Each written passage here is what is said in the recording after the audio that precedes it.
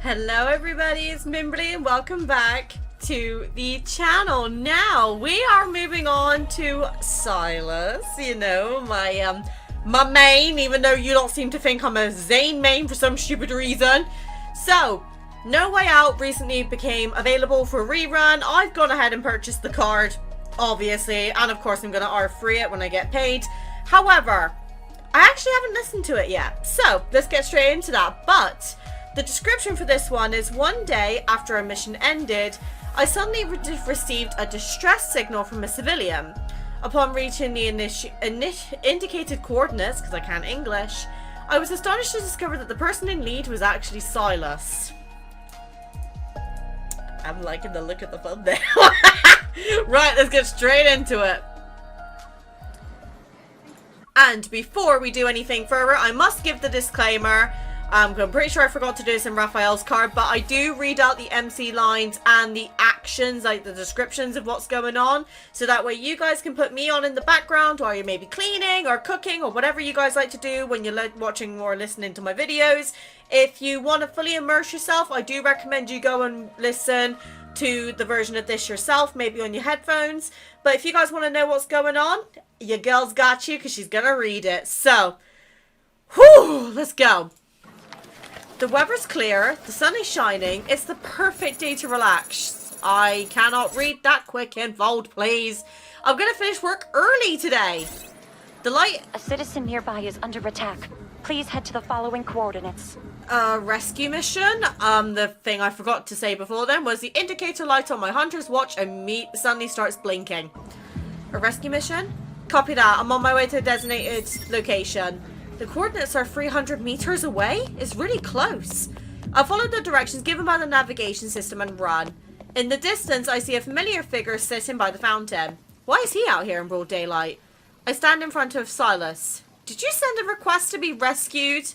He fiddles with a silver coin between his fingers. Then he opens his hand and smiles as if responding with an "of course." I encountered a wanderer and needed some help. Where's the wanderer? I made it run away. How did you know I'd be the one to show up? Sylus lifts his phone, showing me a moment's post I made earlier. It's geotagged to a nearby place. Let's flip a coin. He throws the coin high into the air and then catches it. The outcome will determine many people's fates tonight. Ignoring him, I open the rescue mission interface on the hunter system. I'm busy with work. Stop messing around. Sylus tosses the coin again, clearly uninterested in the outcome. I watch as it flies in an arc and lands into the fountain behind us. Today, He suddenly stands up, drapes an arm around my neck and pulls me close. I look down to see his shirt is soaked in blood. Huh? Sylus, you're bleeding? What happened? Shh. He places a finger on my lips and lowers his voice. Let's go. If we don't, we'll be stuck here. Sylus leads me down a narrow alley. After some twists and turns, I quickly lose my sense of direction. Why is he bleeding? I need to know. You really like helping others. Well, if I didn't take you with me, you wouldn't have let me go. How are you so sure? While supporting Sylus's waist with one hand, I try to press down on his wound with the other. Lean down a little. Sylus does as he's told, but he's so tall that in our current position, it's hard to walk. Lean down a little more. When hunters accept a rescue mission, do they always tend to the wounded? No, we just escort them to the hospital. We only care for them when they're troublesome. Like you. Sylus seems quite satisfied with my struggle. So, what happened exactly? You're still bleeding. Sylus appears nonchalant. It's nothing. The sun's too bright. I look up at him and at the very bright sun. I suddenly remember I often see him at night instead of during the day. Oh good, I discovered another one of your weaknesses, because you're literally a vampire. After we make 2 more turns, we enter a small motel. The receptionist looks to be a 12 or 13-year-old boy. A math textbook is open on the table. It has several sheets of scratch paper and a workbook. But he's too engrossed in playing a mobile game. I hear the sound of gunfire from his phone speakers.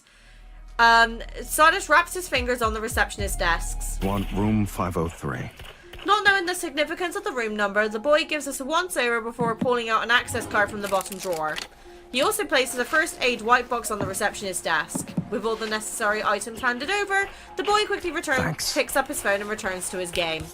Sylus gives a meaningful smile, picks up the first aid box and access card, and leads me into the elevator. Room 503 is much more spacious than it looks. It has food, water, and even daily necessities. Is this your safe house in Lincoln? Expecting weapons or high-tech communication devices, I'm disappointed to find none when I open a drawer. I walk over to the sink and clean the dried blood off my hands. I turn around and Sylus is sitting on the shower floor with the first aid box opened. Can I get some help? He gestures to his injured arm, unable to take off his shirt by himself. At least have the decency to say please next time you ask. Sorry. I walk over and then kneel down to slowly undo the buttons on his shirt. Does it hurt? Your hands are cold. I just washed them. Bear with it. Having helped him unbutton his shirt, I pull it off of the left of his body. I'm able to get a clear view of his injury. A gunshot wound? Wanderers don't show guns. Is this a new grudge or an old one? You always cause trouble, but you're never honest about it. If you'd like to keep your involvement with the N109 zone to a minimum, then you shouldn't care too much. But I thought you liked my excessive concern. Sylus smiles faintly. He takes a pair of tweezers out of the first aid box. Turn around. Huh? You don't need to see this. I'd rather not give you nightmares about me. Aww. Since I couldn't do anything else, I turned my back to him. I know, buddy.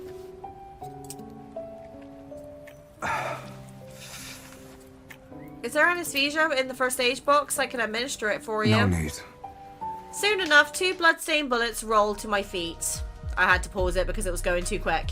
I quickly turn around and see Sylus's arm hanging down, blood flowing from his forearm to his wrist. You've got to be kidding me. Unable to bear it anymore, I take out gauze and alcohol swabs from the first aid box. I squat down in front of Sylus to bandage his wound. You're skilled. I thought you were the type who usually comes out unscathed. But because you keep messing around, all of my time lately has been spent on you. I don't often get to take on very difficult missions. My marksmanship skills are getting rusty. You're not exactly pleased. I'll find a few dangerous wanderers for you to use as training dummies later. I ignore him. I carefully wrap the bandage around his chest. Sylus looks slightly worse for wear. He rubs his forehead and rests his head on my shoulder. Give me a few minutes. Oh. Unable to bear his weight, I stumble and sit directly on the ground. The narrow shower can barely accommodate the two of us, so he gets on his knees.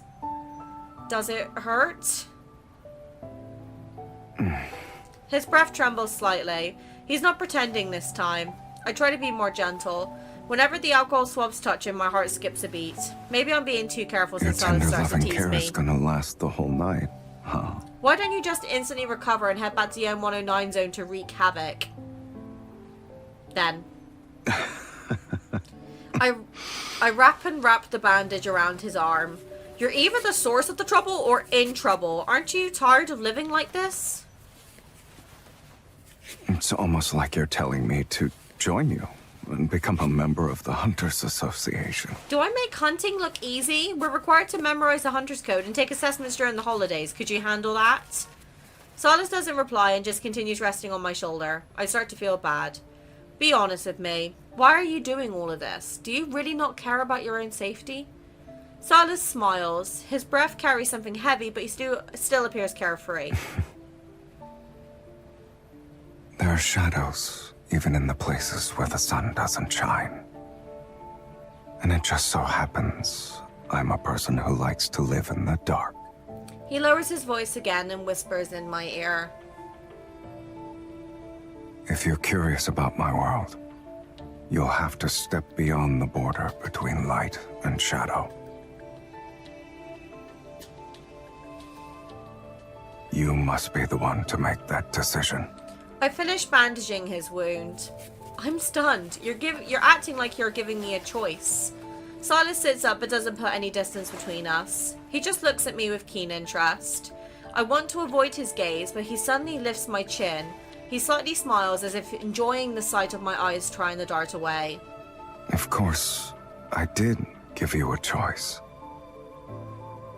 And it's precisely because you've never chosen something that surprised me. Huh? A few hours later, as the sun slowly sets, someone knocks on the door. Standing outside is the boy who was at the receptionist desks earlier. He holds out a clean black shirt. It's something someone asked me to deliver. He places the shirt on the bed and leaves without saying anything else. I recall his innocent appearance but can't help but pity him. He's so young but already mixed up in the chaos of the M109 zone. Don't assume I'm the mastermind behind everything. This motel's just a regular motel. It has nothing to do with me. His father did come from the N109 zone, but we made a deal. I'd ensure his son would live a carefree life as a normal person. And once I make a promise, I never go back on my word.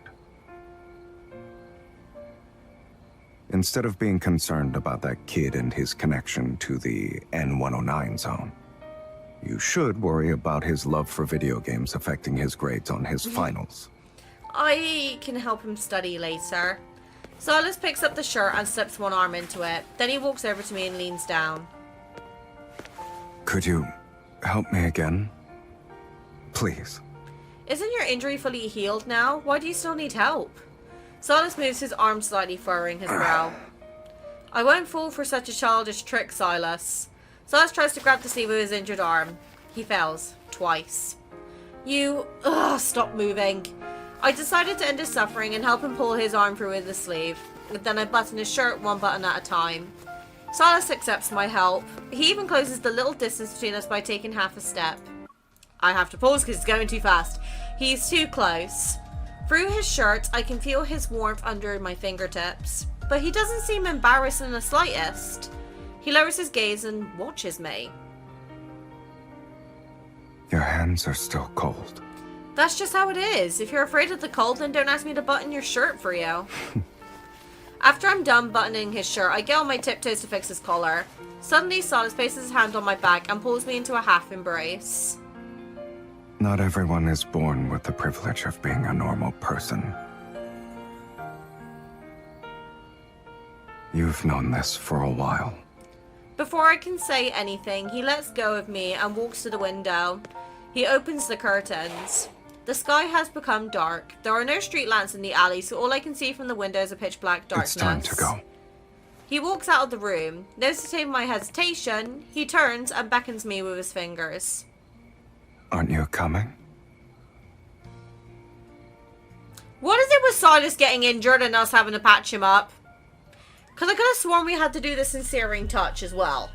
I'm not sure if there's any other tender moments where we've had to do this, but my good lord. Sylus, the man you are. Ugh. Raw. Next question. Anyway, that was No Way Out. I hope you guys enjoyed that one. Don't forget that this is currently available on the rerun. So if you do want to get this at the time of me releasing this video, make sure you get it before it goes, because we don't know when it's going to get rerun again in the future. But on that note, I'm going to go move on to a bit of Meek. So I'm going to get me some Caleb. I'll see you guys later.